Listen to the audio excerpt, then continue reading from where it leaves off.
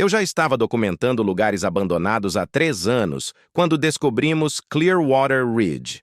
É o ponto ideal para começar esta história toda. O canal se chamava Lost Spaces, o que soa um pouco pretensioso hoje em dia, mas foi ideia do Miguel e achamos que funcionava bem. Éramos 5 no time. O Miguel cuidava das câmeras. Ele é meu companheiro de quarto. Cara legal. Entende de equipamentos como ninguém que eu conheça. A Meline editava nossas gravações, transformando minhas narrativas enroladas em algo que as pessoas realmente queriam ver.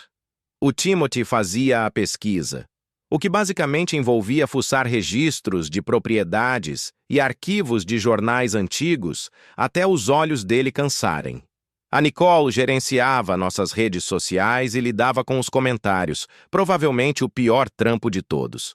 Começamos devagar, com postos de gasolina abandonados, umas fazendas velhas antigas, esse tipo de coisa. Nada muito empolgante.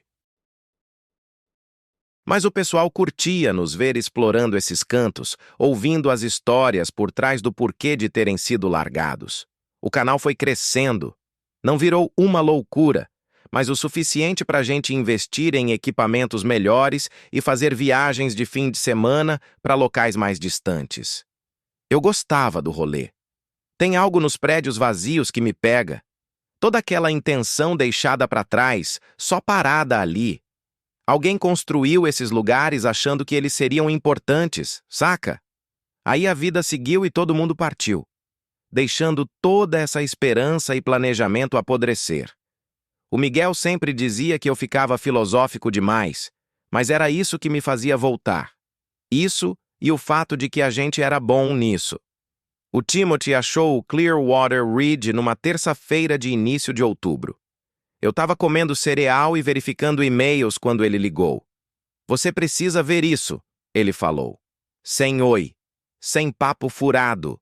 Era o Timothy quando se empolgava com algo. "O que você descobriu?" "Um resort de esqui. Clearwater Ridge Resort, abandonado desde janeiro de 1996. Eu abri nossa pasta compartilhada enquanto ele explicava. Os registros de propriedade já estavam lá, documentos escaneados que pareciam fotocopiados umas 50 vezes. O resort ficava em 400 acres na Cascade Range, a umas 2 horas de onde morávamos. "Diz aqui que fechou no meio da temporada", continuou o Timothy. Simplesmente parou. Sem falência, sem motivo oficial. Um dia estava rodando normal, no outro o staff sumiu. Isso é estranho. Fica mais esquisito ainda. Achei uns posts em fóruns sobre o lugar, gente falando de desaparecimentos lá em cima, distorções de tempo, toda essa parada paranormal. Eu rolei os documentos. O resort tinha sido construído em 1987. Funcionou por 9 temporadas antes de fechar. Pelos registros de impostos, ainda pertencia a uma empresa de participações em Portland, mas eles não pagavam os impostos há mais de 10 anos. "Posts de fórum", eu disse. "Esses são super confiáveis. Eu sei, mas o lugar existe de verdade. Tá só lá, largado." O Miguel entrou na cozinha enquanto eu ainda lia. Ele pegou minha caixa de cereal e balançou para ver quanto restava. "E aí?" ele perguntou. "O Timothy achou um resort de esqui pra gente." "Legal. Onde?" Eu li o endereço para ele. O Miguel assentiu e começou a preparar o cereal dele. Ele era daqueles que não se animava com nada até a coisa realmente rolar. Os posts nos fóruns eram exatamente o que se espera. Trilheiros dizendo que perderam 3 horas perto do resort. Acampados contando que ouviram vozes de prédios vazios. Um cara jurava que viu luzes nas janelas à noite. Mas quando se aproximou, o lugar estava escuro e claramente abandonado. Besteira da internet. As pessoas adoram inventar histórias sobre lugares vazios. Faz elas se sentirem como se tivessem descoberto algo misterioso, em vez de só invadir propriedade alheia. Mas o resort em si parecia real. As imagens de satélite mostravam o lodge principal, vários prédios menores, torres de teleférico subindo a montanha. Tudo de pé, só vazio. Até onde na montanha? Eu perguntei para o Timothy. 8 milhas por uma estrada da floresta. A estrada deve ser ruim, mas meu carro aguenta. Eu mandei os arquivos para o grupo de chat. A Meline respondeu na hora, perguntando sobre a parte legal. A Nicole quis saber se dava para ir e voltar no mesmo dia. O Miguel só mandou um emoji de joinha. O registro de propriedade mostrava que o lugar tinha sido colocado à venda 2 vezes desde o fechamento, mas as 2 listagens foram retiradas. O status atual era incerto, o que geralmente significa que ninguém se importava o suficiente para fazer algo. Quando você quer ir? O Timothy perguntou. Esse fim de semana. Tarde de sábado, se todo mundo puder. Devo cavar mais fundo no histórico? Claro, mas não exagera nas teorias da conspiração. O Timothy riu. Vou me ater ao básico chato. Permissões, histórico de donos, essas coisas. Depois que ele desligou, eu continuei olhando as fotos. O lodge principal era imenso, uns 60 quartos ou mais, construído naquele estilo rústico que bombou nos anos 80. Toda madeira e pedra. O tipo de lugar que devia ter dado certo. O Miguel se sentou na minha frente com o cereal dele. Você acha que é de verdade? Ele perguntou. Parece que sim. O Timothy é bom em separar o joio do trigo. E as histórias esquisitas? As pessoas enxergam o que querem ver. Um lugar vazio no meio da mata. A imaginação preenche os espaços em branco. Miguel deu de ombros. Ele não era cético de verdade, só prático. Se a gente conseguisse filmar algo decente, ele não ligava se o lugar era supostamente mal assombrado. O resto da semana passou de boa. Eu cuidei do meu trampo normal. Miguel pegou uns projetos freelance de vídeo. Todo mundo seguiu na rotina. Mas eu não parava de pensar no resort, fuçando aquelas imagens de satélite, lendo as atualizações da pesquisa do Timothy. Ele tinha descoberto mais coisas até quinta-feira. O resort estava indo bem financeiramente quando fechou. Sem queixas de hóspedes, sem violações de segurança, nada de problemas óbvios. A equipe simplesmente parou de aparecer no final de janeiro. A empresa de gerenciamento tentou manter tudo rodando por uns dias, depois jogou a toalha e trancou as portas. Deve ter sido alguma briga trabalhista, comentou a Meline quando a gente se reuniu na sexta à noite para planejar a viagem. Coisa de sindicato ou algo assim? Em 1996? Questionou o Timothy. Os funcionários de estação de esqui não eram exatamente organizados naquela época. Pode ter sido qualquer coisa. Má administração, politicagem interna, vai saber? A Nicole estava rolando o feed do celular enquanto a gente conversava. Tô vendo umas menções a esse lugar no Reddit. Coisas recentes. Que tipo de menções? Fóruns de trilha na maioria. Gente perguntando sobre a região. Uns caras dizendo que tentaram achar o lugar, mas se perderam na estrada da Floresta Serviço. Eu tinha checado a previsão do tempo 2 vezes. Sábado ia ser ensolarado, com temperatura na casa dos 15 graus. Condições ideais para gravar. A estrada da Floresta Serviço podia ser ruim, mas o Honda do Timothy tinha uma boa altura do solo. A gente devia sair por volta do meio-dia, eu falei, para ter tempo de sobra para subir e voltar antes de escurecer. Quanto tempo você quer filmar? Perguntou o Miguel. 2 horas, mais ou menos. Depende do que a gente achar. A manhã de sábado pareceu um fim de semana qualquer. Eu arrumei meu equipamento de câmera, peguei garrafas d'água e barras de cereal. O Miguel carregou as coisas dele no carro do Timothy. Os outros chegaram por volta das 11h30.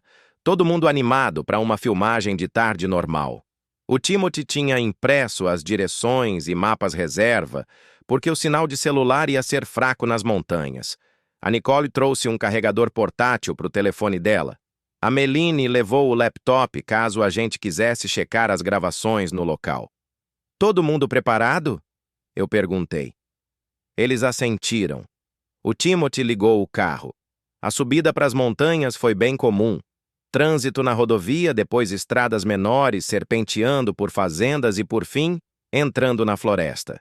A gente parou para abastecer numa cidadezinha chamada Millfield, uns 40 minutos antes do começo da estrada da Floresta Serviço. Sublinhado, sublinhado, quote, sublinhado, 2, sublinhado, sublinhado, disse a Nicole. Indo para a loja de conveniência. O lugar tinha aquele ar caipira. Um velhinho no caixa lendo jornal. Uns locais comprando café e bilhetes de loteria. Ninguém deu bola pra gente, o que estava ótimo. De volta à estrada, a paisagem ficou mais pesada. Pinheiros altos, encostas íngremes, aquele silêncio de montanha onde os ouvidos entopem com a mudança de altitude. O Timothy seguiu o GPS até a saída para a estrada da Floresta Serviço. É aqui, ele disse, parando numa placa de madeira que dizia F, esse 471, com tinta desbotada. A estrada era de cascalho e terra, estreita o suficiente para tomar cuidado se outro carro viesse no sentido oposto. O Timothy engatou uma marcha menor e a gente começou a subir. 8 milhas não parece muito, mas estradas da floresta não são feitas para correr. A gente rastejou a uns 25 km por hora, desviando de buracos e pedras. As árvores ficaram mais densas conforme subíamos, tapando quase todo o céu. O GPS ainda está pegando? Eu perguntei. O Timothy olhou para o celular. Sim, mas o sinal está fraco. Uns 10 quilômetros adiante, passamos por um portão enferrujado que estava aberto. Sem placas, sem avisos, só uma barreira de metal velha que alguém deixou destrancada. A estrada continuou subindo. Sublinhado, sublinhado, quote sublinhado, 3 sublinhado, sublinhado, disse o Timothy. Eu estava olhando pela janela procurando prédios ou áreas limpas, nada além de árvores e mais árvores. Aí, a estrada contornou uma crista e de repente a gente avistou o resort estendido num vale amplo lá embaixo. Sublinhado, sublinhado, quote, sublinhado, 4, sublinhado, sublinhado, soltou o Miguel. Era maior do que as fotos indicavam. O lodge principal ficava no centro do complexo, 4 andares de madeira e pedra com telhado de metal verde. Prédios menores espalhados ao redor, chalés de hóspedes, galpões de manutenção. Algo que parecia um restaurante ou centro de convenções. Os teleféricos subiam a encosta atrás de tudo. Torres de metal e cabos cortando a floresta. Isso é um monte de construção, comentou a Meline. O Timothy estacionou no que devia ter sido o parking principal. Asfalto rachado, com mato brotando, mas ainda dava para ver que era um lugar para carros. Ficamos ali um minuto, olhando o resort pelo para-brisa. Foi estranho vê-lo ao vivo, depois de uma semana inteira de imagens de satélite. Maior e menor ao mesmo tempo, se é que faz sentido. Beleza, eu disse. Vamos ver o que a gente encontrou. Caminhamos pelo estacionamento em direção ao pavilhão principal, nossas botas rangendo sobre o cascalho e folhas secas. O prédio parecia bem construído, muito bem construído mesmo. 4 andares de madeira e pedra, telhado de metal verde que nem estava enferrujado. As janelas captavam a luz da tarde. Vidros limpos refletindo a floresta às nossas costas. Isso já devia ter sido o primeiro indício de que algo estava estranho. Afinal, a gente já tinha filmado dezenas de lugares abandonados, postos de gasolina com todas as janelas estilhaçadas, fazendas onde o teto havia desabado em 3 partes. Aquela velha fábrica de tecidos, onde os pombos basicamente transformaram o segundo andar em banheiro particular. 22 anos de intempéries, vândalos e bichos. Prédios não ficam parados assim, parecendo impecáveis, mas esse estava. Miguel correu na frente até a entrada principal, um par de portas duplas pintadas de verde escuro, madeira pesada com puxadores de latão. Eu esperava que ele as chacoalhasse. Talvez achasse uma janela quebrada para a gente escalar. Procedimento padrão nas nossas gravações. Em vez disso, ele se agachou e tirou algo do bolso do casaco. Quote 5, disse Nicole. Ela estava filmando ele com o celular. Quote 6. Quote 7. Respondeu Miguel. Ele nem ergueu os olhos do trinco. Sublinhado, sublinhado, quote, sublinhado 8, sublinhado, sublinhado. Timothy deu uma risada. Isso é ou genial ou ilegal pra caramba. Só é ilegal se nos pegarem, rebateu Miguel. O trinco fez um clique. Ele se levantou e girou o puxador. A porta se abriu com facilidade, sem rangidos nas dobradiças ou nada. Eu pensei que Miguel só estava sendo cuidadoso. A gente sempre tenta entrar de forma legítima primeiro. Portas abertas, janelas quebradas, brechas na cerca. Mas se precisássemos furar algumas regras por um bom episódio, isso ficava entre a gente e a consciência. Entramos num saguão que deixou meu cérebro travando de um jeito esquisito. Tudo parecia fora do lugar. Não quebrado ou vandalizado, só errado. O ambiente estava arrumado como se hóspedes pudessem chegar a qualquer momento. Um sofá bordô posicionado diante de uma lareira de pedra, com lenha empilhada ao lado. Revistas espalhadas numa mesinha de centro. 2 poltronas viradas para as janelas. Tudo no ponto exato, como se alguém tivesse contratado um decorador naquela manhã. Mas poeira cobria cada cantinho. Uma poeira grossa e uniforme que parecia acumulada por décadas. Fui até uma das poltronas e passei o dedo no apoio de braço. A poeira saiu limpa, revelando uma faixa escura no tecido por baixo. A poltrona em si estava perfeita, no entanto. Sem rasgos no estofado, sem manchas, sem fezes de rato, ou sujeira de pássaro, ou qualquer porcaria típica de edifícios abandonados. Sublinhado, sublinhado. Quote, sublinhado. 9, sublinhado, sublinhado, comentou Meline. Ela já tinha a câmera em mãos, varrendo o cômodo devagar. Nicole já estava na recepção.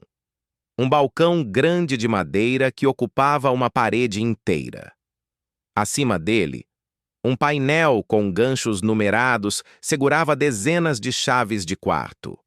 Chaves de metal de verdade. Não aqueles cartões plásticos que os hotéis usam hoje. Quarto 207, leu Nicole. 212 e 215. Ela se virou para nós. Todas aqui, como se ninguém tivesse devolvido. Me aproximei dela.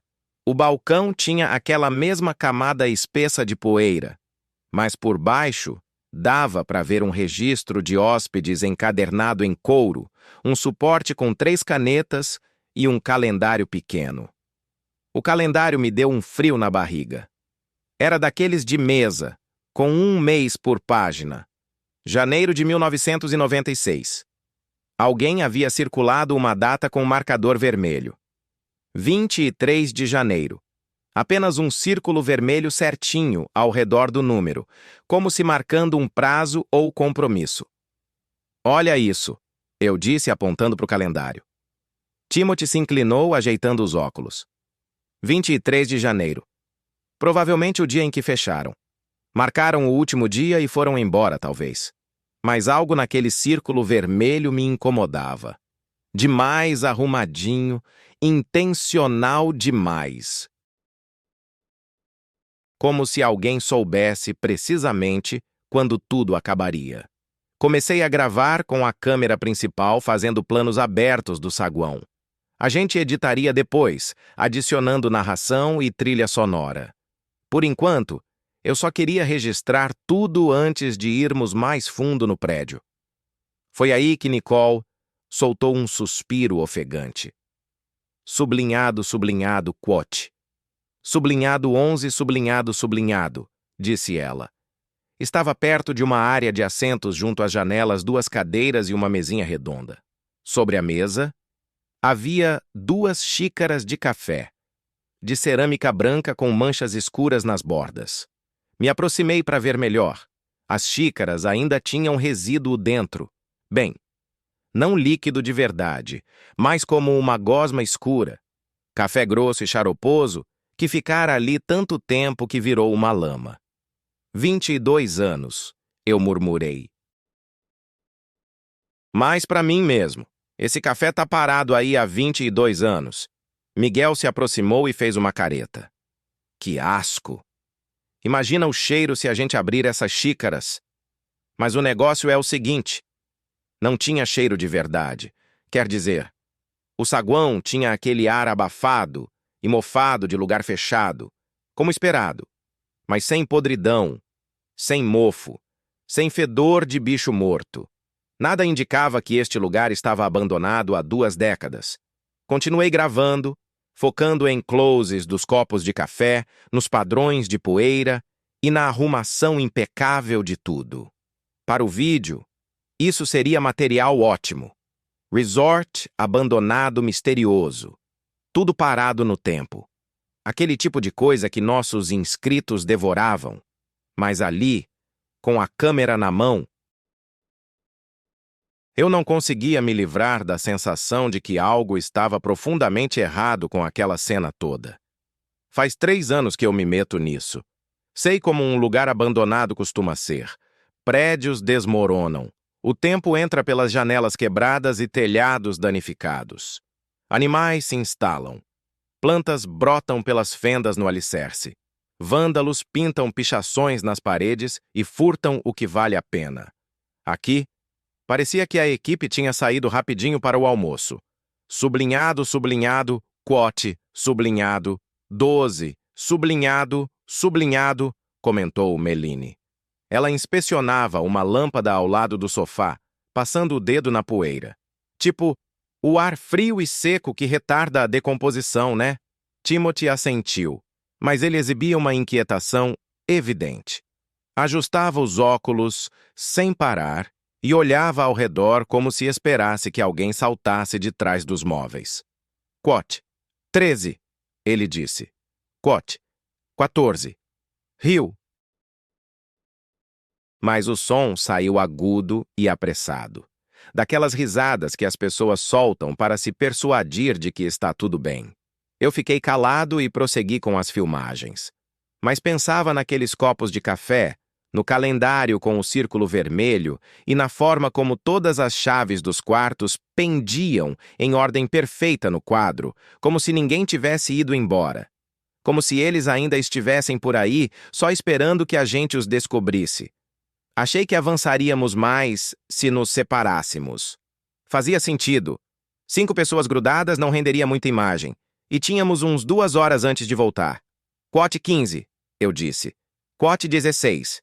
Nicole acenou e pendurou a bolsa da câmera no ombro. Quote 17. Quote 18. Corrigiu Timothy, ajeitando os óculos de novo.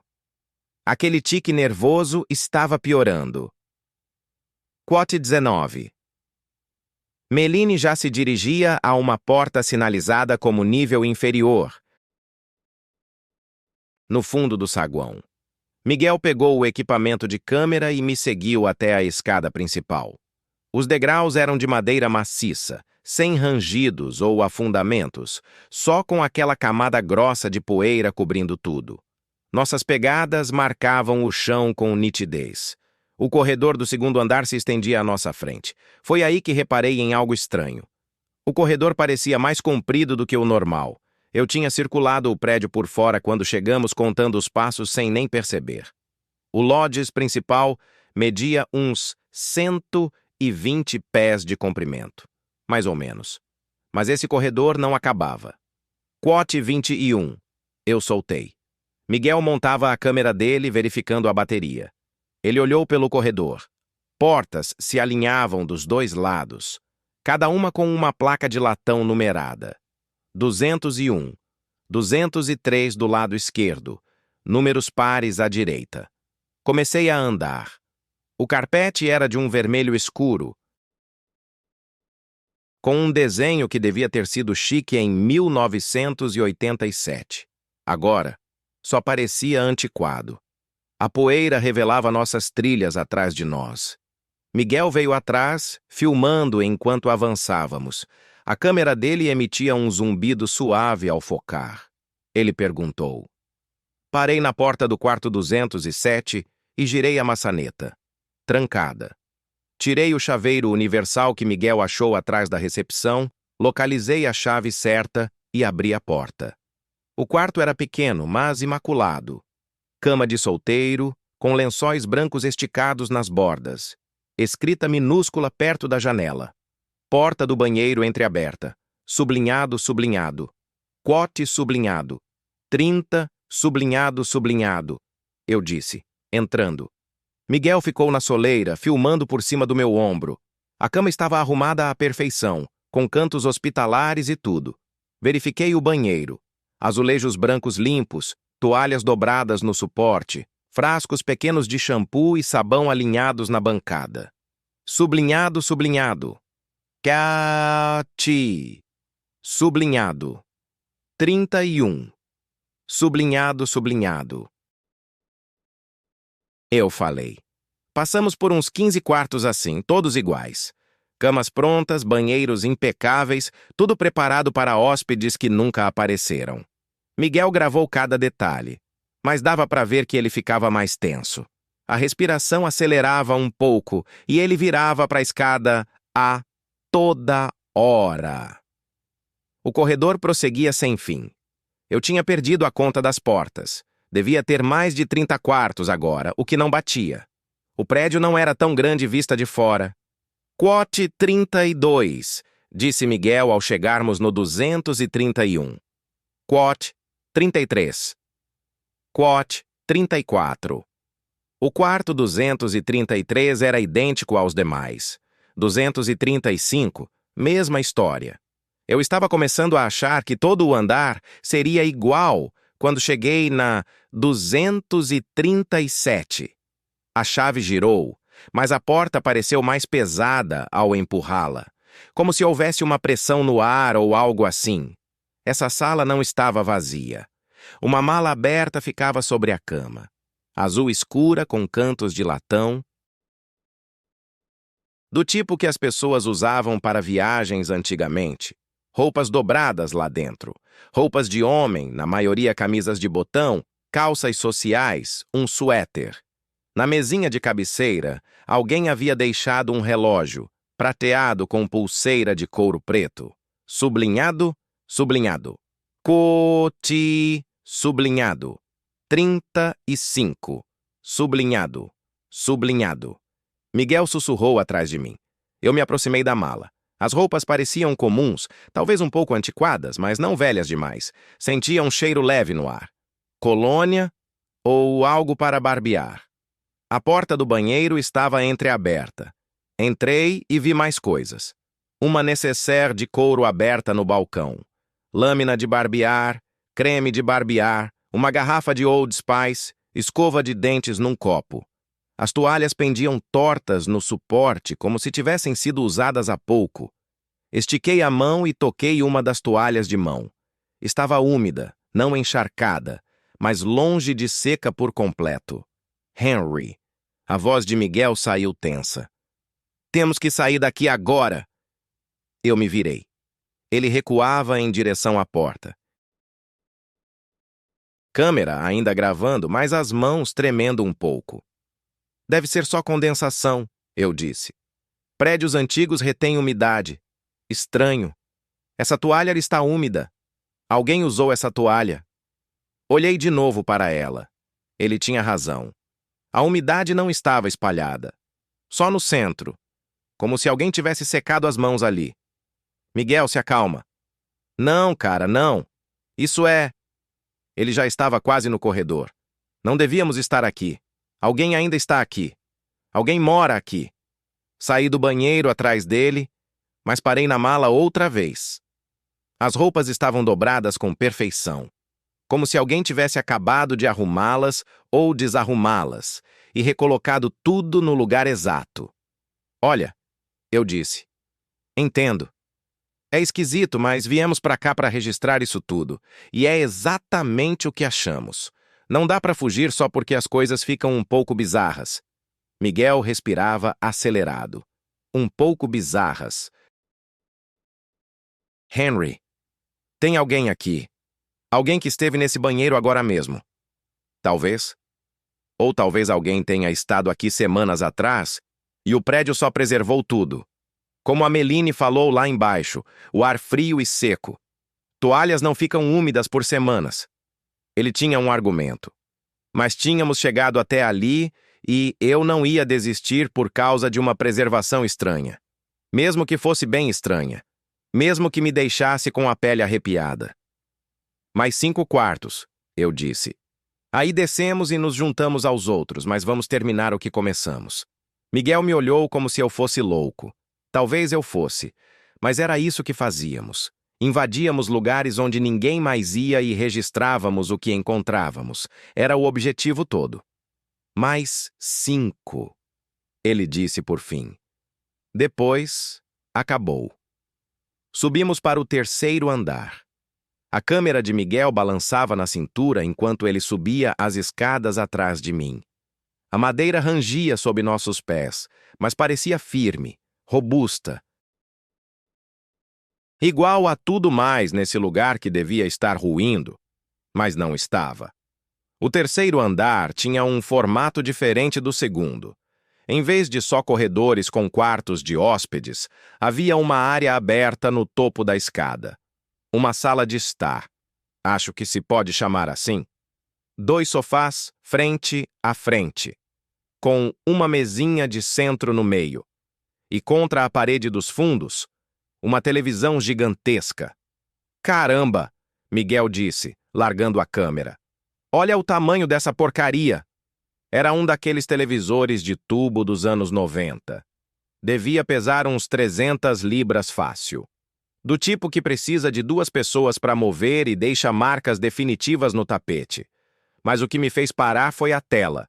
Estava ligada, mostrando estática. Neve branca e cinza piscando, no vidro como uma nevasca. Me aproximei.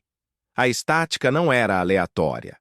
Tinha um padrão, como ondas passando pela tela a cada poucos segundos. O som estava baixo, mas eu ouvia o zumbido fraco de ruído branco saindo dos alto-falantes. Miguel, eu disse. Sublinhado, sublinhado, quote. Sublinhado 36, sublinhado, sublinhado. Ele contornou o TV enquanto eu continuava olhando a tela. A estática seguia rolando. Mesmo padrão, mesmo ritmo, como se estivesse presa num loop. Quote 37, Miguel gritou. Quote 38.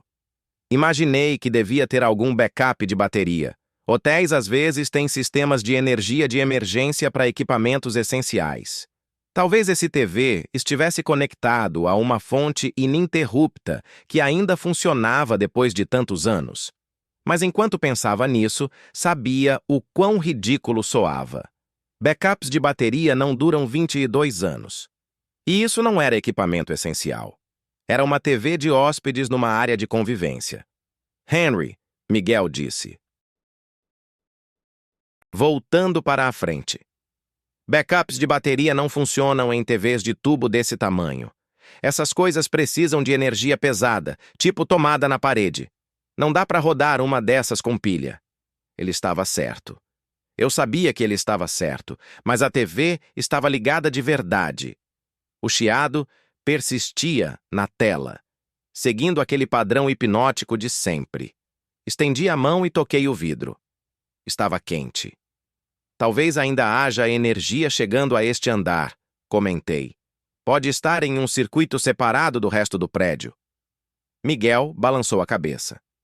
A gente verificou os interruptores lá embaixo, lembra? Tudo desligado, e olha só. Ele indicou uma luminária na mesinha ao lado de um dos sofás. Essa não está acesa. Nem aquela luz no teto. Dei uma olhada ao redor da área de estar. Ele tinha razão. Nada mais funcionava. Só a TV. Aquela TV impossível, mostrando chiado sem estar ligada a nada. Tudo bem, falei. É estranho. A gente documenta o estranho. É o nosso trabalho. Miguel pegou a câmera e começou a gravar a televisão.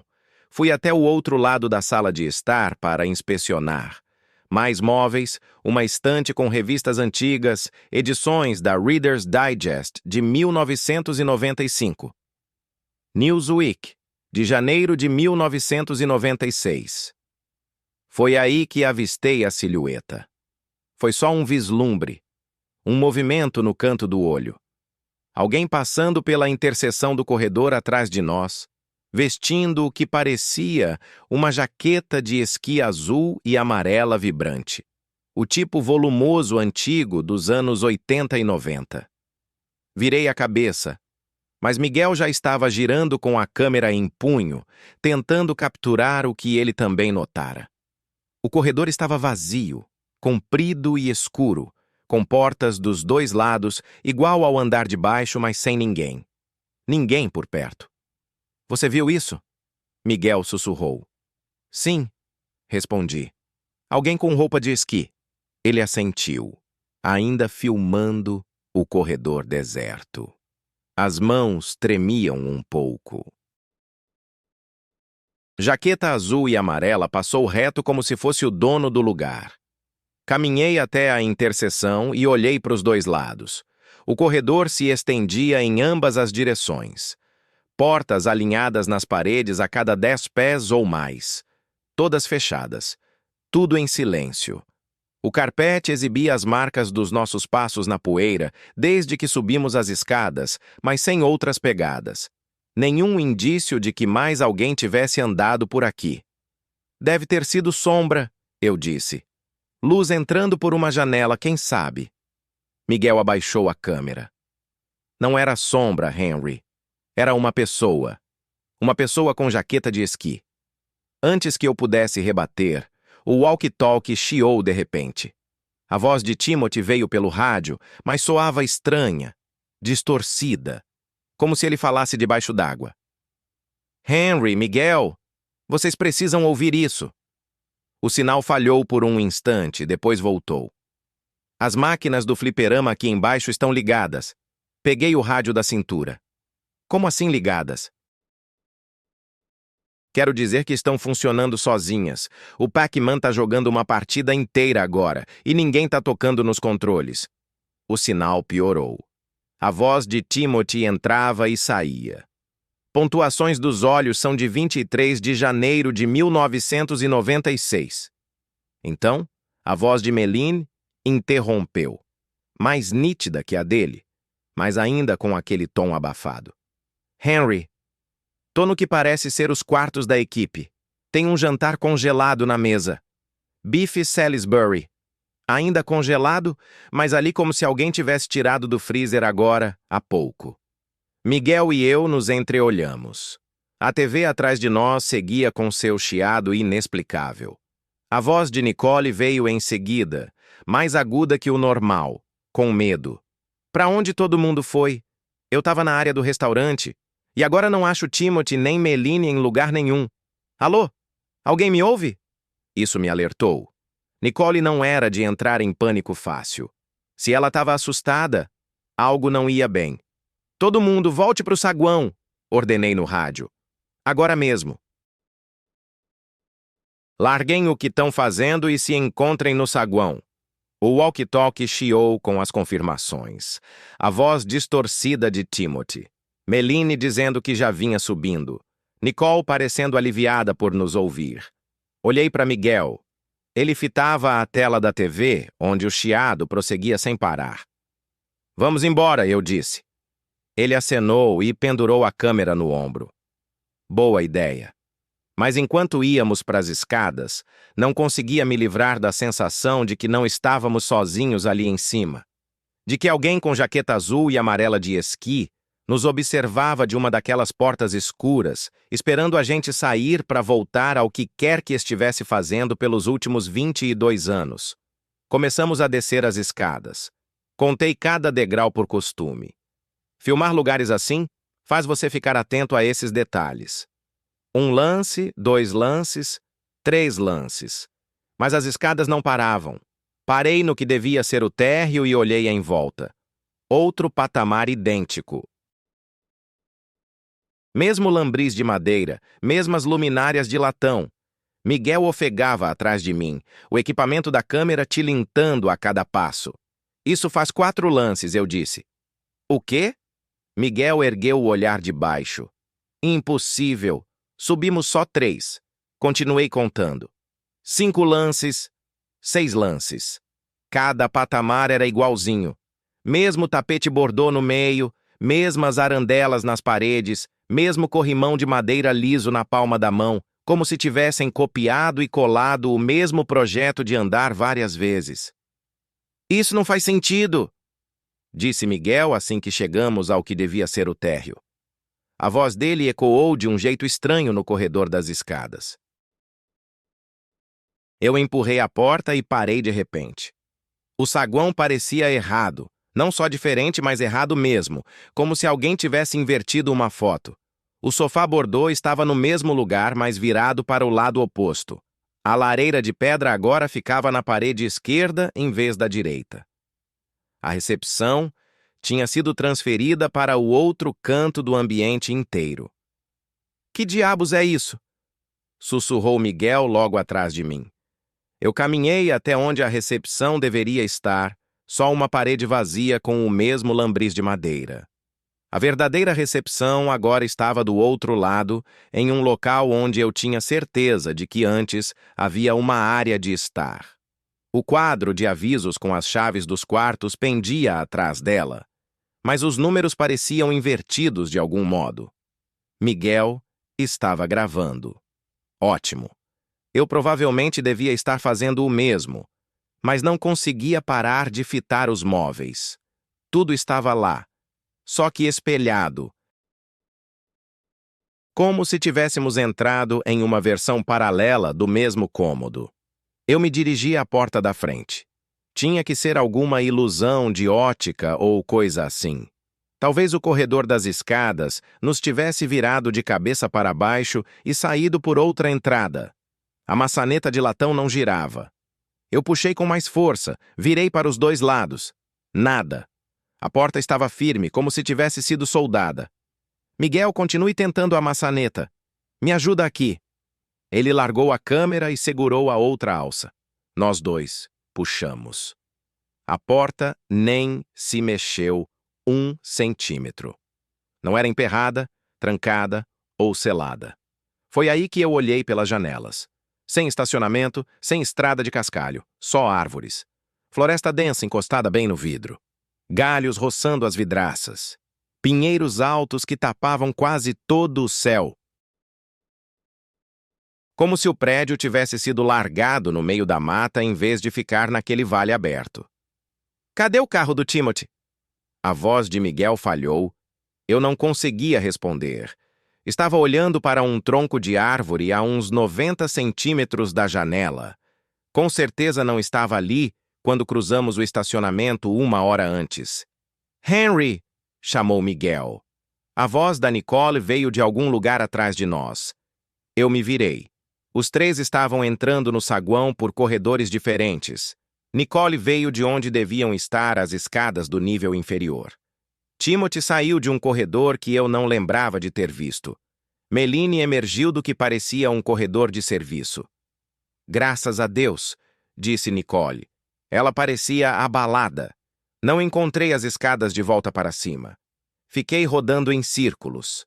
O mesmo aqui, disse Timothy. Ele respirava ofegante e ajeitava os óculos o tempo todo. Encontrei escadas, mas elas só desciam. Descendo para valer. Contei 8 lances antes de voltar.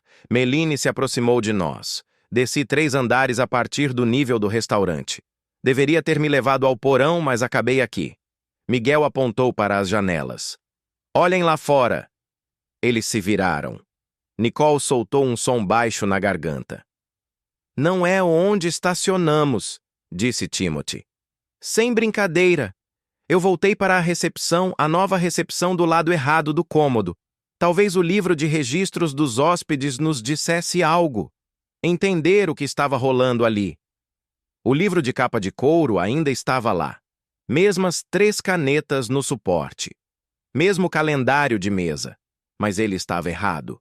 Ainda em janeiro de 1996. Ainda com uma data circulada em marcador vermelho. Mas não mais o dia 23. 13 de outubro. Timothy, chamei ele. Olha isso. Ele estreitou os olhos para o calendário por cima dos óculos. É a data de hoje. Pois é. Mas o calendário diz janeiro de 1996. Eu sei. Timothy encarou por mais alguns segundos. O círculo vermelho se moveu. Eu assenti.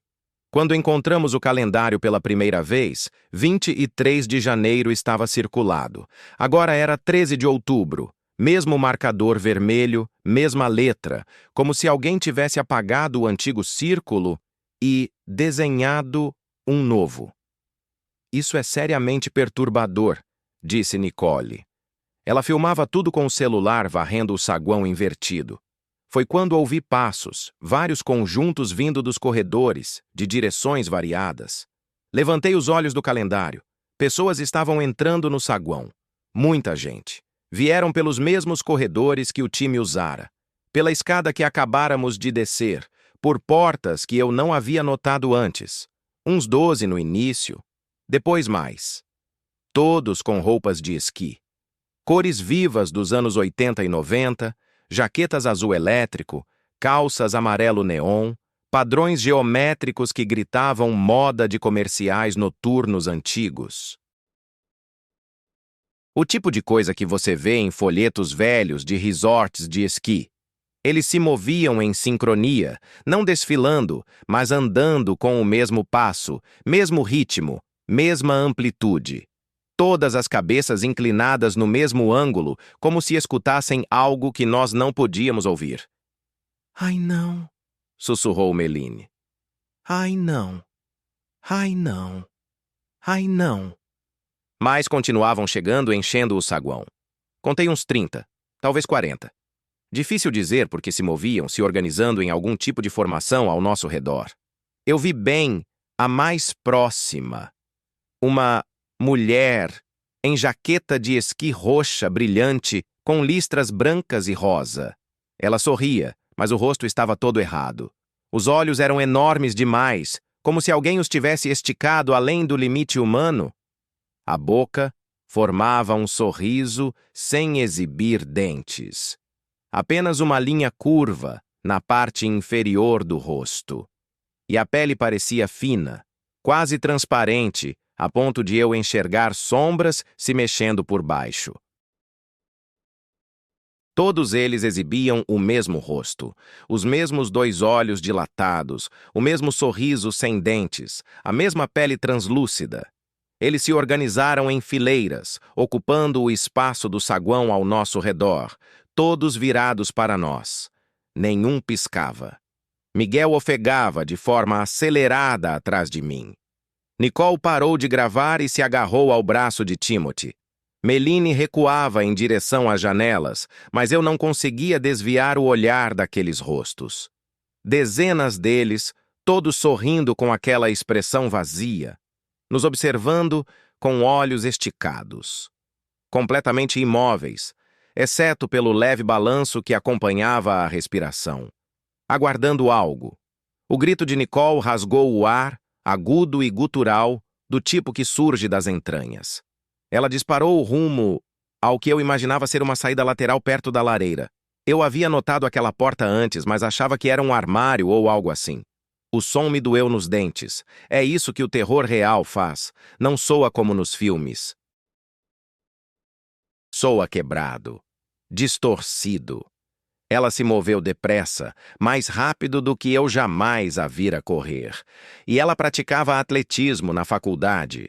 O rabo de cavalo vermelho balançava para trás e para a frente enquanto ela cruzava o carpete bordô. A bolsa da câmera batia contra o quadril a cada passada. "Nicole!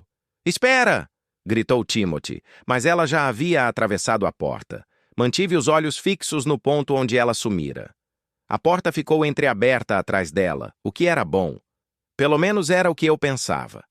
A abertura revelava outra sala com o mesmo lambris de madeira e iluminação fraca. Parecia que poderia ligar a outras áreas do prédio. Então eu a vi pela janela interna. Havia uma longa janela que corria pela parede entre o saguão e o que agora eu percebia ser uma sala de conferências. Provavelmente o lugar onde registravam as aulas de esqui antigamente. Nicole estava lá dentro, mas não rumava para nenhuma saída. Ela corria em círculos, não um trote, nem um vai e vem, mas correndo a toda velocidade, como se alguém a perseguisse. Só que ninguém a perseguia. Ela avançava para um canto, girava bruscamente e rumava para o oposto. Depois voltava. Os braços se moviam ritmicamente ao lado do corpo, e o rosto exibia pânico total. Mas ela repetia o mesmo trajeto incansavelmente. "O que diabos ela está fazendo?" perguntou Miguel. Encostei o rosto no vidro da janela. A sala de conferências tinha 3 outras portas visíveis. Nicole se aproximava de uma, mas de repente desviava como se batesse em uma barreira invisível. Tentava outra. Mesma reação. Depois voltava ao circuito. Ela não estava presa. As portas estavam abertas, mas algo a impedia de sair dali. Timothy também deve ter notado, pois ele se dirigiu à porta que Nicole usara. "Vou pegá-la." Ele segurou a maçaneta de latão e puxou. A porta se abriu sem problemas, mas em vez da sala de conferências, havia um armário de roupas de cama, prateleiras brancas cheias de toalhas e lençóis dobrados, um aspirador no canto, aquele cheiro de roupa limpa mofada. Timothy parou por um instante, fechou a porta e tentou de novo. O mesmo armário. "Isso não está certo", disse ele. A voz carregava aquele tom de riso nervoso outra vez. Olhei de volta pela janela. Nicole continuava girando em círculos, mas agora me encarava diretamente através do vidro. A boca se abria como se gritasse, sem nenhum som atravessando. Ela encostou as palmas no vidro do lado dela, depois continuou correndo. Foi aí que percebi o barulho atrás de mim. Passos. Mas não passos normais. Esses tinham um ar mecânico, como engrenagens se encaixando, com precisão absoluta, sem variação no ritmo. Virei-me. As figuras de jaqueta de esqui se aproximavam. Elas estavam alinhadas em fileiras organizadas, mas agora caminhavam em nossa direção, em sincronia perfeita. Mesma extensão de passo, mesmo ritmo, mesmo leve inclinação da cabeça, como se ouvissem a mesma música por fones invisíveis. O som dos pés não era natural, muito nítido, muito exato, como se alguém as controlasse por controle remoto. A câmera de Miguel caiu no carpete com um baque suave. Olhei, e ele só fitava as figuras que se aproximavam. As mãos pendiam inertes ao lado do corpo. A boca entreaberta. A câmera jazia entre os pés dele. A tampa da lente rolara alguns centímetros. "Miguel!" chamei. Ele não reagiu. Não piscou. Só ficou ali, observando a chegada delas com uma expressão vazia que eu nunca vira nele antes. As figuras de jaqueta de esqui prosseguiram, 30 ou 40 delas avançando como uma única entidade. Os pés tocavam o carpete em uníssono perfeito. Clique-passo, clique-passo, clique-passo. O eco reverberava no lambris de madeira. Foi quando Meline segurou meu braço. Os dedos cravaram na manga da jaqueta, logo acima do cotovelo. O aperto dela era firme, como se estivesse se equilibrando ou ajudando a me manter de pé. "Henry", ela disse. E a voz saiu diferente. mais suave, sonhadora, como se estivesse meio adormecida. A gente devia escutar eles. Olhei para a mão dela no meu braço. As unhas pintadas de azul escuro, algo que eu nunca tinha reparado antes. Pareciam mais compridas do que o normal. Escutar quem? Perguntei. Os hóspedes. Ela ainda segurava meu braço, mas o aperto estava mais frouxo agora, como se estivesse flutuando em vez de apertar. Eles querem que a gente fique. Querem que a gente se junte a eles. A voz dela tinha um tom distante, como se estivesse falando do fundo de um túnel comprido. Cada palavra saía devagar e com cuidado. Meline, do que você está falando? Faz sentido, ela respondeu.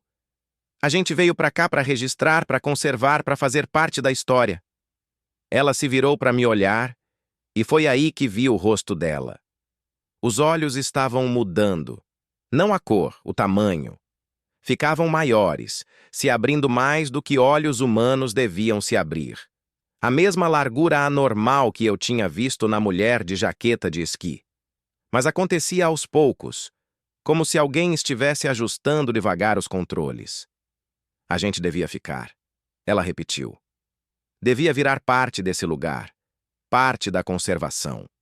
As pupilas dela tinham se dilatado tanto que pareciam pretas, e atrás delas, algo se mexia. Sombras se movendo por baixo da superfície, igualzinho ao que eu tinha visto na mulher de jaqueta roxa. Eu puxei o braço com força para me soltar. A mão da Meline caiu para o lado, mas ela continuou me encarando com aqueles olhos que cresciam. O sorriso dela também se alargava. Não de alegria, só se alargando, esticando. As bordas da boca indo além do ponto natural. As pessoas de jaqueta de esqui estavam a uns 3 metros agora, perto o suficiente para eu ver a respiração sincronizada delas. Todas inspirando juntas. Todas expirando juntas. Como se dividissem um só par de pulmões. O Miguel ainda não tinha se mexido. O Timothy estava na porta do armário de roupa de cama, tentando a maçaneta de novo e de novo. A Nicole continuava correndo em círculos do outro lado da janela e a Meline mantinha aquele sorriso impossível. Olhei ao redor do saguão atrás de qualquer coisa útil. A lareira tinha ferramentas, mas provavelmente eram só enfeite. A recepção ficava longe demais. Mas havia cadeiras de madeira pesada com braços grossos e construção sólida. Peguei a mais próxima. As pessoas de jaqueta de esqui pararam de andar quando eu levantei ela de uma vez, como se alguém tivesse apertado o pause. Elas ficaram ali paradas, me observando com olhos esticados e sorrisos vazios. Henry, a Meline disse naquela voz sonhadora. Não resista. É mais fácil se você não resistir. Eu levei a cadeira até as janelas que davam para o que era o estacionamento antigamente. O vidro parecia grosso, mas não impossível de quebrar. Vidro antigo, do tipo da construção original. As árvores de folha, perene, pressionadas do lado de fora das janelas, estavam tão perto que eu via agulhas individuais. Elas balançavam levemente, com o vento que soprava lá fora. Árvores reais, movimento real, o que significava que ainda havia um exterior. Levantei a cadeira acima da cabeça. Henry, não, a Meline disse, mas a voz dela estava sumindo, ficando mais distante. As pessoas de jaqueta de esqui deram um passo à frente. Todas com o mesmo pé, no mesmo ritmo. Eu desci a cadeira na janela com toda a força. O vidro estourou para fora numa chuva de cacos afiados. Ar frio invadiu o saguão, trazendo o cheiro de agulhas de pinheiro e algo mais limpo que o ar mofado de dentro do prédio. O buraco era grande o suficiente, irregular nas bordas, mas grande o suficiente. O frio me acertou primeiro. Ar de montanha afiado que queimava os pulmões e fazia os olhos lacrimejarem. Ar de verdade, não aquele cheiro rançoso e abafado de dentro. Segurei na moldura da janela e me puxei para fora, sentindo o vidro estalar debaixo das palmas. Não liguei para os cortes. O buraco era grande, mas irregular nas bordas, e rasguei a jaqueta no caminho. Caí uns 90 centímetros em agulhas de pinheiro e terra. Chão sólido. Graças a Deus. Chão sólido. A floresta parecia certa. Foi isso que me pegou. Parecia exatamente como devia ser. Pinheiros altos, vegetação densa, feixes de luz de fim de tarde filtrando pela copa. Árvores reais com casca real e sombras reais, não grudadas em janelas como um fundo falso. Virei de volta para o chalé e quase surtei. A janela por onde eu tinha saído não estava quebrada. Vidro limpo, sem buraco, sem rachaduras, como se eu nunca tivesse batido com aquela cadeira. Foi aí que eu corri. Não olhei para trás de novo. Não chequei se alguém vinha atrás. Só me joguei direto na mata. Galhos chicoteando o rosto e enroscando na jaqueta. Minhas botas escorregaram em folhas molhadas e eu caí de joelhos com força. Levantei tropeçando. Continuei indo. A floresta era densa, mas era floresta de verdade. Eu sentia o cheiro de resina, de pinheiro e terra úmida. Ouvia minha própria respiração, meus passos esmagando galhos secos. Achei que estava indo mais ou menos na direção certa. Tinha que estar. A gente tinha estacionado em algum lugar nessa confusão de árvores e o carro do Timothy provavelmente ainda estava lá. Tinha que estar. Levei uns 20 minutos para achar a estrada de serviço. Era só uma trilha estreita de terra serpenteando pela mata, mas com certeza era a esse 471. Eu reconheci as marcas fundas na pista e a curva que ela fazia ao redor daquela enorme pedra. Minhas pernas tremiam naquele momento, em parte pelo esforço de correr e em parte por causa de todo o resto. O Honda não estava lá. Fiquei parada bem no meio da estrada por um bom tempo, encarando o espaço vazio onde Timothy tinha estacionado. Sem marcas de pneus, sem manchas de óleo, só cascalho e mato, como se nenhum carro tivesse passado por ali nunca. Foi aí que comecei a caminhar em direção à rodovia. Faltavam 8 milhas. Demorei quase 3 horas porque ficava parando o tempo todo para olhar para trás, na expectativa de vê-los descendo a estrada atrás de mim. Miguel com a câmera balançando no ombro. Timothy ajeitando os óculos. Nicole com o celular na mão, provavelmente tentando pegar sinal. Meline carregando a bolsa do laptop, mas a estrada continuou vazia. A rodovia era de verdade, sim. 2 faixas de asfalto rachado com caminhões pesados, passando de vez em quando. Fiquei no acostamento com o polegar esticado até um caminhonete parar. Um cara de camisa xadrez e botas de trabalho que não fez muitas perguntas quando eu disse que tinha me separado dos amigos durante uma trilha. Ele me deixou na estação de gasolina de Millfield, a mesma onde paramos na ida, o mesmo atendente no balcão, as mesmas prateleiras cheias de carne seca e energéticos. Usei o telefone público deles para ligar para o escritório do xerife. O oficial Espinosa chegou lá 40 minutos depois. Um sujeito grande, talvez na casa dos 40 anos, com cabelo grisalho e uma voz calma e firme, do tipo que deve funcionar bem em chamadas de distúrbio doméstico.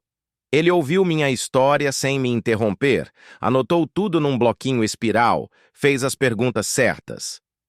Você disse que o prédio parecia diferente por dentro. Sim. O saguão estava invertido, como um reflexo no espelho. E seus amigos foram para direções diferentes. A gente se separou antes, mas todos voltaram para o saguão antes de eu parar. Antes de quê? Antes dos esquiadores aparecerem. Antes das janelas virarem floresta. Antes de tudo virar do avesso. Antes de você resolver sair. É, mais ou menos isso.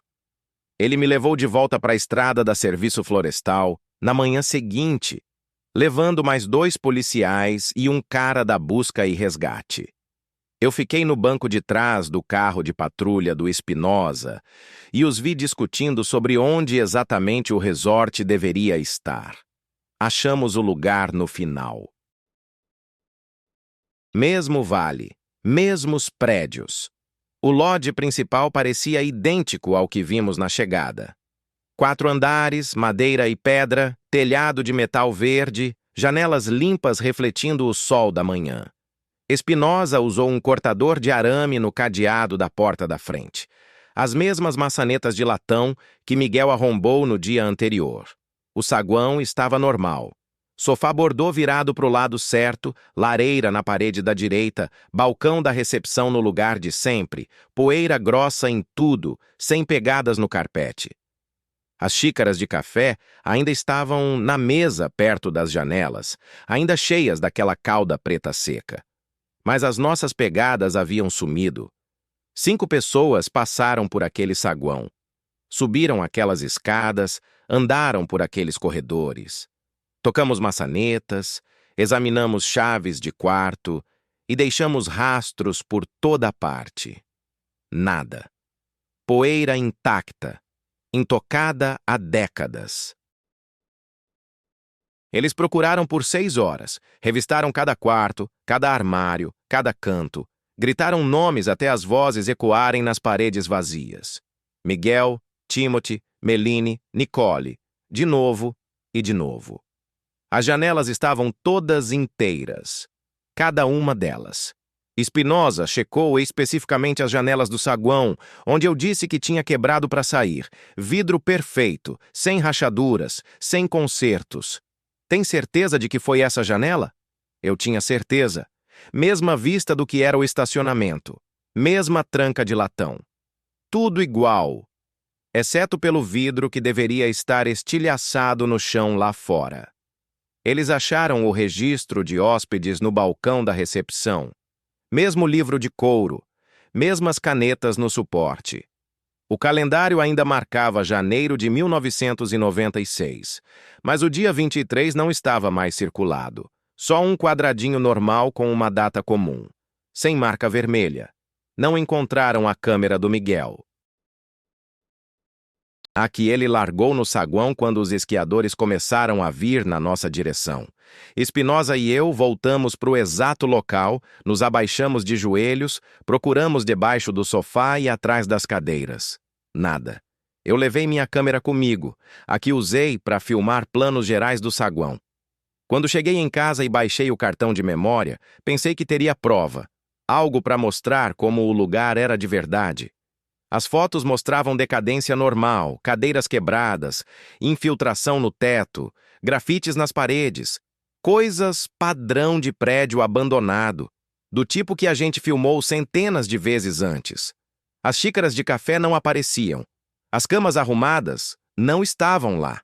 A poeira grossa, sim, mas parecia poeira velha comum, não o manto imaculado que eu lembrava. Cada foto parecia um resort de esqui vazio, normal e chato. Eu sei o que aconteceu com eles. Eu sei onde Miguel, Timothy, Meline e Nicole estão agora mesmo. Eles continuam lá dentro, naquele janeiro congelado no tempo, onde o café ainda estava quente e as chaves dos quartos pendiam nos ganchos, prontas para serem pegues. Agora viraram hóspedes, integrados à coleção. O que me incomoda é que eu fico remoendo aqueles posts nos fóruns que o Timothy descobriu. Os relatos de caminhantes que se perderam, de gente que sumiu perto do resort. Aposto que alguns deles escaparam, assim como eu. Devem ter contado a mesma história maluca que eu contei. Devem ter soado tão loucos quanto eu. E aposto que o resort continua lá, à espreita, parecendo normal por fora, com as portas destrancadas, repleto de quartos vazios com camas arrumadas e banheiros impecáveis. O calendário deve exibir outra data agora. Quem sabe do mês que vem ou do ano seguinte. Mas ainda marcado com um círculo vermelho, sinalizando o dia em que novos aventureiros resolvem registrar o que descobrirem. Eu reflito bastante sobre isso, sobre outros canais do YouTube, outros exploradores urbanos, outras pessoas que curtem gravar lugares abandonados. Quantos deles toparam com a mesma pesquisa que o Timothy achou? Quantos subiram pela mesma estrada da floresta de serviço? O canal Lost Spaces acabou. Difícil produzir vídeos de exploração quando 4/5 da equipe some. Tentei editar as filmagens daquele dia, mas os arquivos estavam corrompidos. Só estática e ruído digital. De vez em quando, eu dou uma olhada no número de visualizações dos nossos vídeos antigos. Ainda rola tráfego. Ainda chegam comentários de gente perguntando quando vamos lançar conteúdo novo, quando vamos investigar mais lugares. Eu nunca respondo, mas sei que o Miguel, o Timothy, a Meline e a Nicole estão por ali, em algum lugar daqueles corredores com carpete vermelho e plaquinhas de latão nos quartos. Ainda esperando, junto com as figuras do esqui, pelo próximo bando de exploradores que vai passar pelas portas duplas e começar a documentar o que ia encontrar. Ainda hóspedes, hóspedes para sempre.